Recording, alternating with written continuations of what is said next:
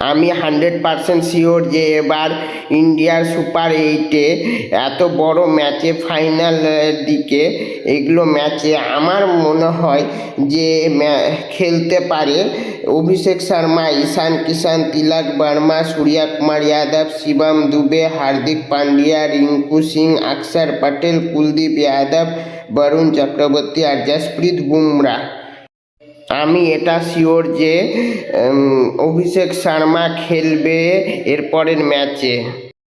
অভিষেক শর্মাকে বের করে কোনো চেঞ্জ করা হবে না বা সঞ্জু স্যামসনকে তার জায়গায় খেলানো হবে না।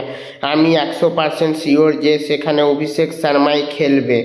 আর তিলক বর্মা ঠিকই খেলছে, কিন্তু তিলক বর্মাকে আরেকটু মানে খেলাটা একটু রান বেশি করতে হবে। প্রথমের দিকে অল্প রান করলেও চলবে, কিন্তু আস্তে আস্তে রানটা বাড়াতে হবে। আর সূর্য কুমার যাদব আমাদের টিমের ক্যাপ্টেনকেও একটু রান বেশি করতে হবে, দুজনকে একটু রান বেশি করার চেষ্টা করতে হবে। এমনি আমাদের টিম ঠিকই আছে ব্যাটিং বোলিংয়ের দিক থেকে, কিন্তু আমাদের টিমের ফিল্ডিংটা ভালো হচ্ছে না।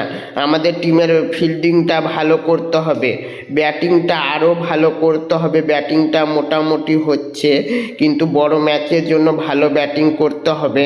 আর বোলিংটা মোটামুটি হচ্ছে, কিন্তু আরও ভালো করতে হবে। বোলিংটা মোটামুটি না ভালোই হচ্ছে, কিন্তু বড় ম্যাচে আরও ভালো বোলিং করার চেষ্টা করতে হবে। ইন্ডিয়া টিমকে বড় ম্যাচে আরও ভালো বেশি করে ভালো খেলার চেষ্টা করতে হবে। এই রকম খেললে হবে না। এটা খেলায় এখনকার জন্য ভালো, কিন্তু বড় ম্যাচে কেউ কাউকে ছেড়ে কথা বলবে না, তাই সব থেকে বেস্ট দিয়ে খেলতে হবে। ইন্ডিয়া টিমকে তাদের বেস্ট দিয়ে খেলতে হবে।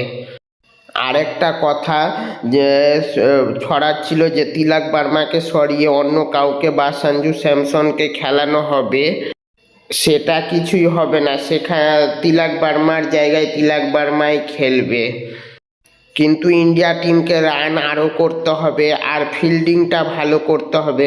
বোলিং একটু ভালো করলেই হয়ে যাবে ইন্ডিয়া টিমের খেলা। ইন্ডিয়া টিমের যদি কোনো ম্যাচে দরকার পড়ে তাহলে আর্শদীপ সিং, রবি বিষ্ণই বা ওয়াশিংটন সুন্দর এদেরকে দিয়ে খেলাতে পারে যদি দরকার পড়ে। না হলে আমি যেই প্লেইং 11টা বললাম সেটা দিয়ে খেলালেই ইন্ডিয়া টিম আমার মনে হয় ম্যাচ জিতে যাবে।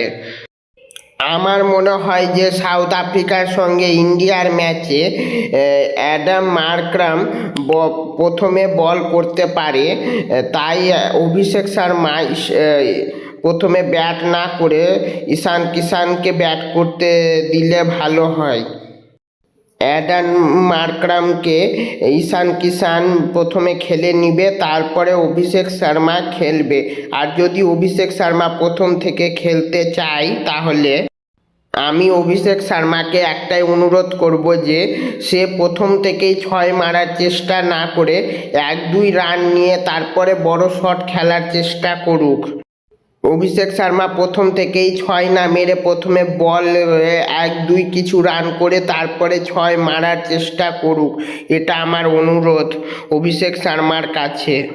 আমি জানি যে অভিষেক শর্মা কি করতে পারে, কিন্তু আমার মনে হয় যে বড় শট না মেরে ছোট ছোট শট খেলে তারপরে বড় শট খেললে আমার হিসাবে মনে হয় ভালো হয়।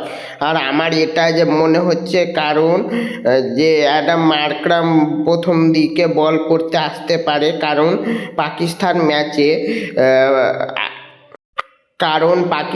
ম্যাচে প্রথমে আগাজি এসে অভিষেক শর্মার উইকেট নিয়ে চলে যায়।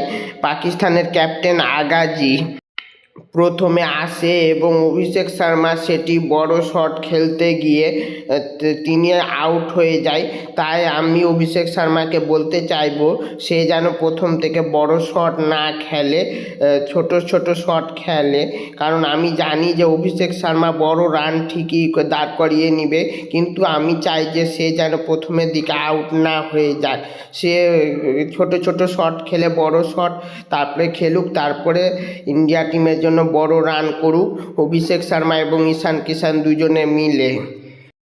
আর তিলক ভার্মা আর সূর্যা কুমার যাদবদেরকে বলবো দুজনের মধ্যে কেউ একটু বেশি রান করার চেষ্টা করুক। দুজনেই যদি আস্তে আস্তে টিকে থেকে খেলার চেষ্টা করে তাহলে ইন্ডিয়া টিম বেশি রান করতে পারবে, তাহলে লাস্টের দিকে গিয়ে তাদের উপরে চাপ পড়বে না। তাই ওপেনিং এবং মিডিল অর্ডারে ভালো খেলতে হবে ইন্ডিয়া টিমকে, আর লাস্টের দিকে তো ভালো খেলবে ইন্ডিয়া টিম সেটা জানি। শিবম দুবে, হার্দিক পান্ডিয়া, রিঙ্কু সিং এরা ভালো খেলবে, আর বোলিং তো ভালো করবে, ক্যাচিংটা ভালো করতে হবে ইন্ডিয়া টিমকে। তো এগুলো সব কিছু যদি করে নিতে পারে ইন্ডিয়া টিম, এরপরে যত বড় ম্যাচ হোক তারা ঠিকই জিতে যাবে আমি জানি।